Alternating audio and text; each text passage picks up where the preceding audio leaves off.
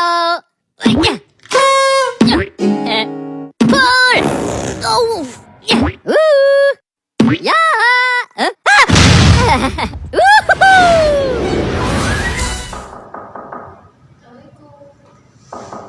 Waalaikumsalam. Silahkan masuk. Silahkan duduk. Mau di sini apa di sini? Di sini aja, Kak. Oke, baik, silahkan.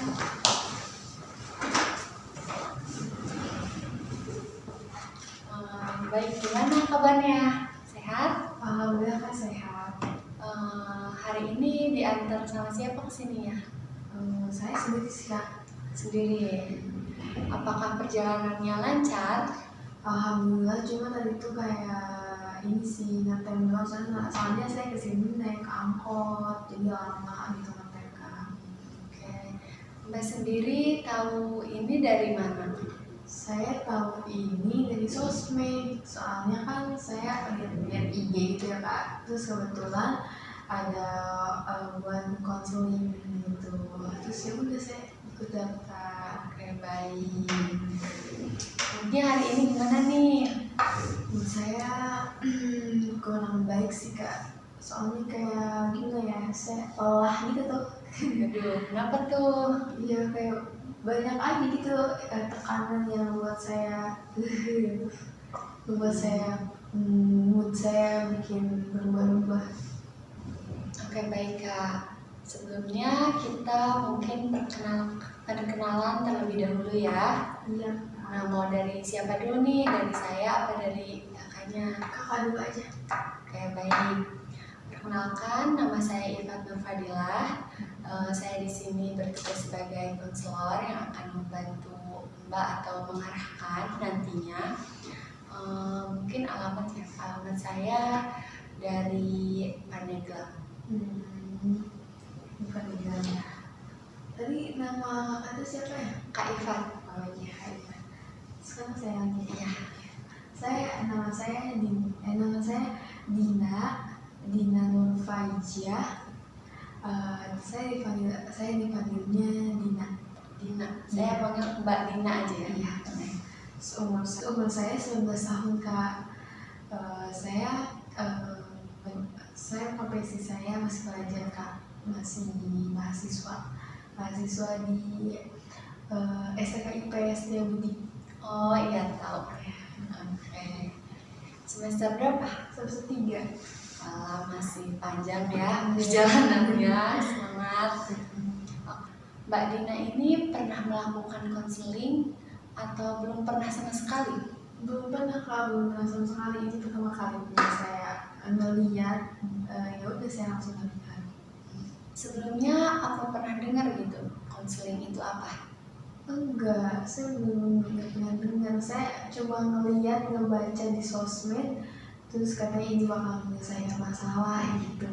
Terus ya udah saya langsung ikut, saya tanpa mikir panjang. Soalnya saya ngerasa ini cocok nih buat saya gitu. Nih yang Mbak Dina ketahui nih tentang konseling itu apa? Sedikit ya gitu. Konseling, yang saya ketahui tentang konseling itu dapat menyelesaikan masalah saya. Ya, Baik, sudah benar. Tapi saya di sini akan sedikit meluruskan ya Kak. Jadi konseling itu adalah proses pemberian bantuan yang dilakukan oleh seorang konselor atau tenaga profesional seperti saya sendiri yang akan membantu seseorang atau kliennya sehingga dia bisa mengembangkan dan mengentaskan permasalahannya sendiri. Nah, di sini saya bertugas hanya mengarahkan saja. Nah, nantinya ke depannya Mbak Dina sendiri nih yang bakal mengentaskan permasalahan Mbak Dina sendiri. Nah, Mbak Dina juga tidak perlu khawatir atau tidak perlu takut jika masalah Mbak Dina akan tersebar luas ke luar sana. Karena di sini saya akan menjaga segala apa yang Mbak Dina bicarakan. Nah, nanti juga Mbak Dina harus berperan aktif, harus bisa terbuka, bisa menceritakan segala apa yang ingin Mbak Dina ceritakan. Jangan takut-takut. Oke? Oke Kak. Di sini saya sukarela membantu Kak Dina untuk menyelesaikan permasalahan yang dihadapi Kak Dina, dan Kak Dina sendiri bersedia atau sukarela menceritakan segala apapun yang ingin diceritakan. Nah, untuk itu Kak Dina harus bisa mandiri menyelesaikan permasalahan Kak Dina sendiri. Oke Kak Dina? Oke siap Kak. Oke Kak Dina, langsung saja kita mulai kegiatan ini atau proses konseling ini dengan membaca doa. Oke, berdoa sesuai kepercayaan masing-masing.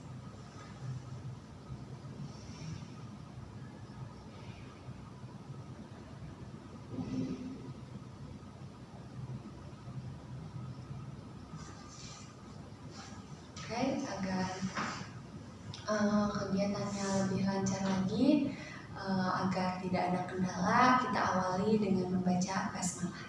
Bismillahirrahmanirrahim. Oke, Kak Dina, apa yang akan Kak Dina ceritakan hari ini? Di sekarang ini saya merasa akhir-akhir ini saya merasa tertekan Kak sama keadaan yang sekarang di semester 3 ini. Lalu, Soalnya saya tuh kan saya ikut dua kegiatan ya Kak, maksudnya organisasi sama kuliah.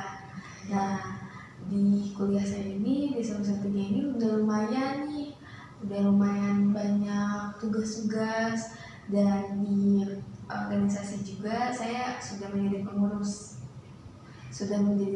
Kak. Jadi kayak bebannya itu kayak tugas-tugasnya itu udah tanggung jawab saya gitu kan di organisasi itu.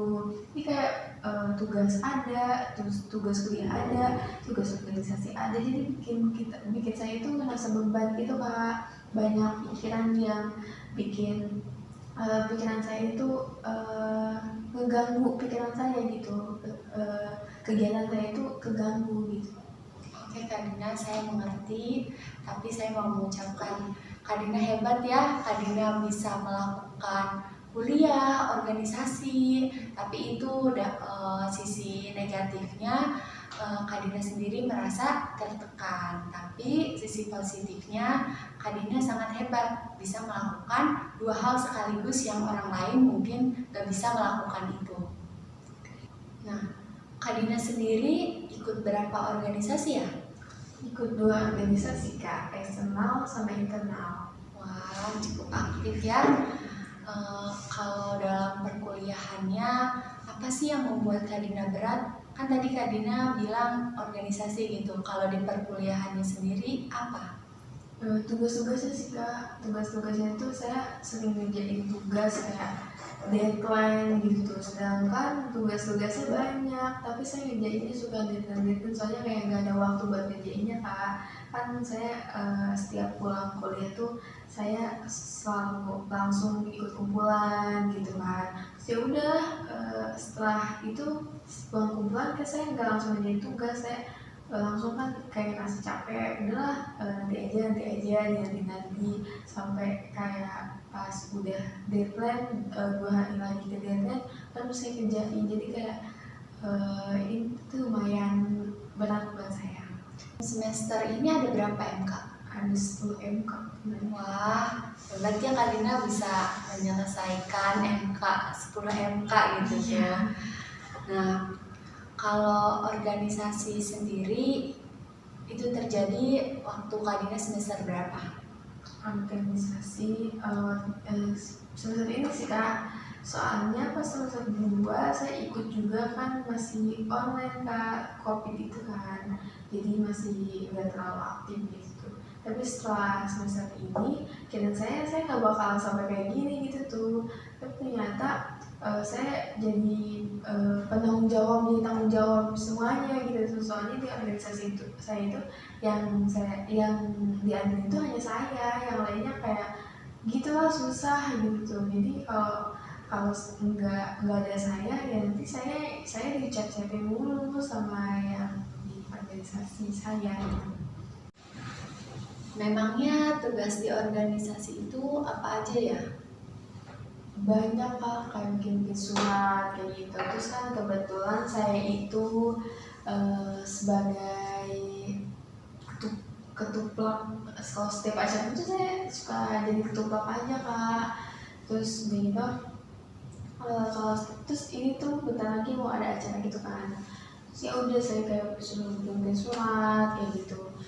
Terus kayak surat kan banyak ya Kak. Terus dari surat itu ada ini rundown. Nah rundown itu lama di si seksi acaranya itu. Atau jadi ya udah saya daripada ngandelin itu yang acara, ya udah saya kayak itu aja sendiri aja, saya bikin sendiri.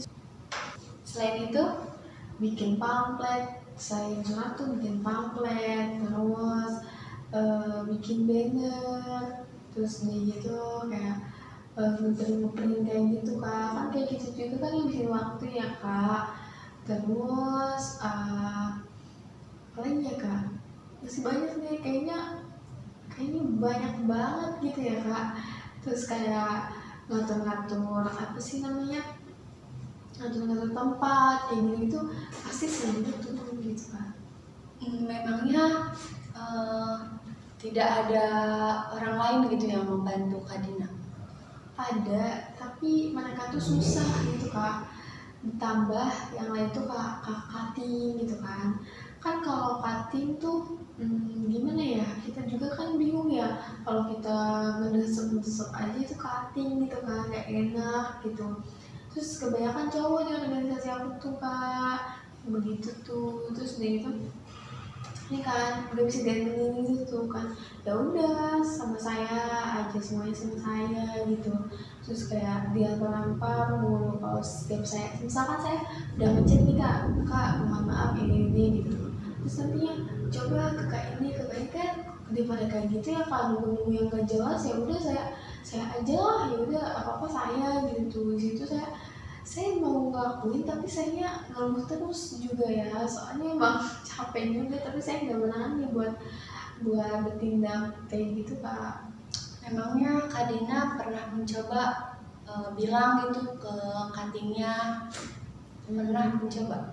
Pernah, cuma kayak ya gitu aja, kayak saya juga sibuk gitu kan, soalnya emang cutting kan lagi pada ini kan lagi pada musim-musimnya juga penelitian kayak gitu-gitu. Terus ya saya juga maklum sih, ya sama aja saya juga sibuk, tapi ya mau gimana pun alasan saya sama mereka ya tetap anak cowok namanya juga kan. Maksud yang teman sekelas aja kalau saya lagi bikin tugas gitu kan satu kelompok susah kan, anak cowok namanya juga.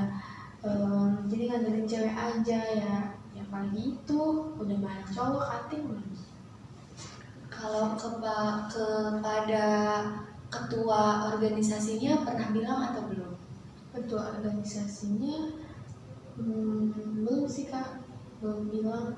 Pernah juga kayak pas kumpulan tuh saya suka gini kayak gitu, itu apaan kok evaluasi gitu kan, ini dia di seksi ininya nih kurang ini gitu tuh. Tapi ya nanti paling ini doang sih, nanti lebih diinin lagi gitu doang sih Kak. Paling soalnya emang ketuanya juga emang sibuk juga sih dia, soalnya dia udah mau skripsian Kak. Berarti Kak Dina ini mengerjakan tugas di organisasinya sendirian ya? Iya Kak, soalnya kebetulan organisasi saya juga sedikitan Kak. Dia emang saya dari awal pengen ikut organisasi itu kalau organisasi sedikitan gitu, lebih kayak kepake aja saya, tapi malah kepake malah kayak gini. Apakah pernah meminta bantuan ke teman yang lain gitu? Pernah, tapi tetap aja kan teman yang lain juga banyak kesibukan juga, jadi udah fleksibel aja tetap saya sih Kak. Memangnya anggotanya ada berapa orang? Ada udah 20 Kak. 20. Itu kebanyakan cewek atau cowok? Kebanyakan cowok Kak. Cowoknya ada berapa? Ada lebih, kayaknya ceweknya tuh ada 7 kali ya, 7 ya, kan sih 7 deh Kak. Berarti sisanya. cowok semua. Nah, Kak Dina sendiri cara membagi waktunya gimana? Disempet-sempetin aja sih Kak, kayak kalau saya lagi ada waktu luang ya, saya mencoba buat ngikutin kuliah dulu nih. Kalau ada waktu luang buat organisasi itu, pokoknya kayak nyempet-nyempetin aja semuanya juga. Tapi kan kalau kayak gitu juga saya ini juga kan kewalahan juga buat saya. Berarti Mbak Dina baru merasakan ini di semester sekarang-sekarang. Di semester sekarang ini Kak. Oke. Di sini izinkan saya mengambil kertas ya untuk menuliskan apa kendala yang Kak Dina alami saat ini.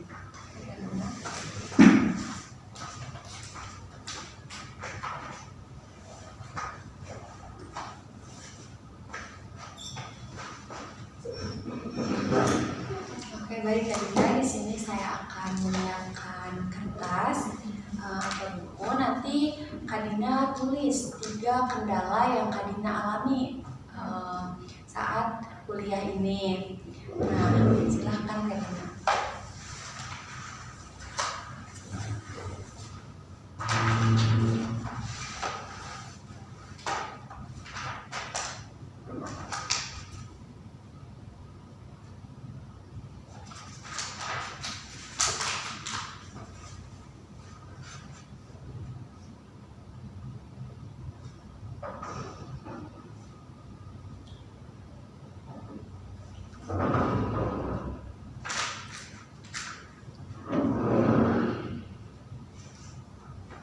Sudah? Betul Kak. Oke, baik. Nah, dari yang Kak Dina tulis ini, yang pertama itu Kak Dina menulis sering mengerjakan tugas mendekati deadline, benar? Iya Pak. Nah, yang kedua, Kak Dina menulis tugasnya ini sangat banyak. Iya. Dan yang terakhir Kak Dina menulis yaitu rasa malas, benar? Iya Pak.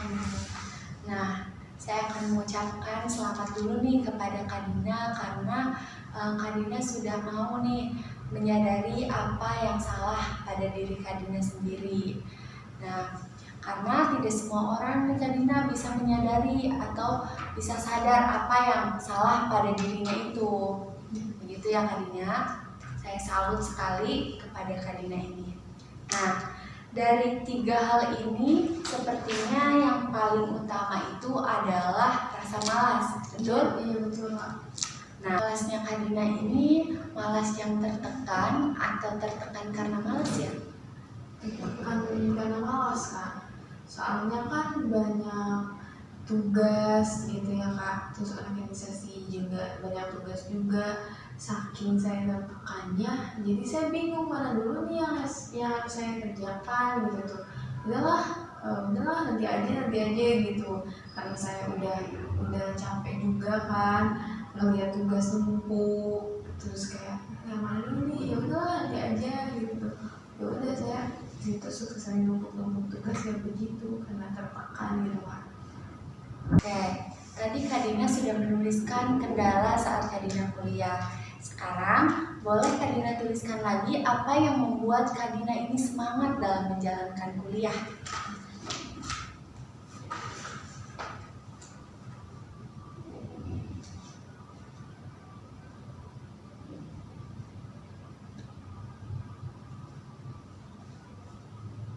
Udah Kak. Oke Kak Dina, yang pertama ini adalah fokus. Yang kedua yaitu teman yang mengingatkan, dan yang ketiga yaitu termotivasi dengan teman yang mengerjakan tugas. Iya Kak. Oke. Tampaknya pernyataan nomor 2 dan nomor 3 ini saling berkaitan ya? Iya Pak. Nah, coba boleh jelaskan nggak yang nomor 2 dulu nih? Apa itu tentang teman yang mengingatkan? Teman yang mengingatkan seperti apa?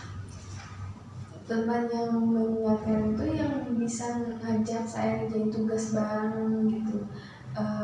ngajak sama menyuruh itu kan beda ya kak. Kalau menyuruh tuh kayak, woi ayo, woi ngerjain tugas gitu kan. Kalau gitu saya kayak bahasanya tuh bikin saya ogah banget gitu kak. Tapi kalau ngajak, yuk kita nanti bareng-bareng ngerjain tugas gitu tuh di kosan gitu. Terus nanti kayak waktunya kapan, udah ditentuin juga kan, udah ada kesepakatan kayak gitu. Itu teman nyambut saya itu udah mengingatkan saya banget sih kak. Nah, kalau nomor 3, termotivasi dengan teman yang sudah mengerjakan. Maksudnya gimana? Itu termotivasi sama temen yang sudah mengerjakan tugas terus dibikin status gitu kak. Terus kan kalau kayak gitu terus saya ngeliat statusnya saya belum gitu, ya udah saya kayak apa sih, nanti saya langsung ketar-ketir gitu nggak, gimana nih gimana nih, nanti langsung kayak ngeliat dari ketar-ketir saja saya langsung termotivasi, inilah nanti saya kerjain gitu langsung, nanti besok saya harus bisa kerjain juga gitu. Sama teman yang bisa tampil di depan kelas juga kak, kayak dia bisa gitu, pasti saya nggak bisa gitu. Tapi kalau temen yang tampil di depan kelas sih masih bisa, belum bisa bikin saya motivasi sih, soalnya sayanya masih bisa nunda-nunda, saya nanti motivasi saya di kelas nih ngelihat mereka kayak gitu. Tapi udah ke kosan mah saya kayak inilah males gitu, tapi kalau di status saya langsung gegas gitu, gegas. Nah, kalau melihat nomor 1 nih kan fokus ya. Menurut Mbak sendiri, Mbak bisa nggak sih fokus kan Kak Dina nih sibuk kan antara kuliah dan organisasi. Bisa nggak? Bisa mbak, tapi sulit gitu, soalnya kan kuliah sama organisasi mau digabung gimana pun itu kan suatu hal yang berbeda ya mbak. Terus kalau kuliah kan kayak dari tugasnya banyak yang keteteran juga saya, terus dari organisasinya banyak kayak tempat-tempat kayak gitu kak, jadinya susah sih sebenarnya. Oke, berarti fokus ini kita kesampingkan dulu ya. Nah, tujuan Kak Dina sendiri kuliah itu untuk apa? Tujuan saya kuliah ini buat ngedapetin IP yang tinggi, terus lulus tepat waktu tanpa ada kendala apapun, terus kayak ngebuktiin juga ke orang tua kalau saya bisa sampai ke titik ini. Jadi sebenarnya Kak Dina jika ingin jika Kak Dina ingin mendapatkan IPK yang tinggi, lulus tepat waktu, dan membanggakan orang tua, mungkin Kak Dina harus fokus dengan tujuan awal Kak Dina. Gimana Kak Dina? Baik kak. Nah, mungkin salah satu caranya yaitu dengan cara yang tadi, dengan cara yang Kak Dina tulis. Nah, kalau dari diri Mbak Dina sendiri, ada gak sih hal yang Mbak Dina lakukan? Ada kak, yang mulai dari menyempatkan waktu, membagi waktu atau perkuliahan dan juga organisasi. Saya sebisa mungkin, walaupun saya merasa tertekan, tapi saya sebisa mungkin gaya membagi waktu buat kuliah sama organisasi. Tapi itu emang berat dulu buat saya, masih kurang efektif sih. Pernah gak Kak Dina sendiri membuat jadwal? Pernah kak, saya membuat jadwal di buku sih kak, di buku kuliah saya. Seperti apa? Kayak jadwal tugas, menjadi tugas, terus jadwal MK, mulai apa sih kak, ininya jamnya itu tuh. Jadi semuanya sudah saya susun dari awal, tapi terbengkalai kayak gitu saja, soalnya kayak saya nggak ada waktu buat buka buku kayak gitu kak. Kalau membuat jadwal agar mengerjakan tugas yang tidak mendekati deadline pernah? Pernah nggak sih kak? Lupa lagi, soalnya emang Pernah sih, pastinya pernah saya kayak kan kayak pengumpulan tugasnya sudah pernah, iya deh saya pernah. Cuma kayaknya nggak pernah saya ini lagi, nggak, udah berhenti gitu aja sayanya, nggak pernah dikembangin lagi. Kan tadi Karina membuat jadwal di buku nih. Ada gak sih hal yang menurut Karina efektif gitu?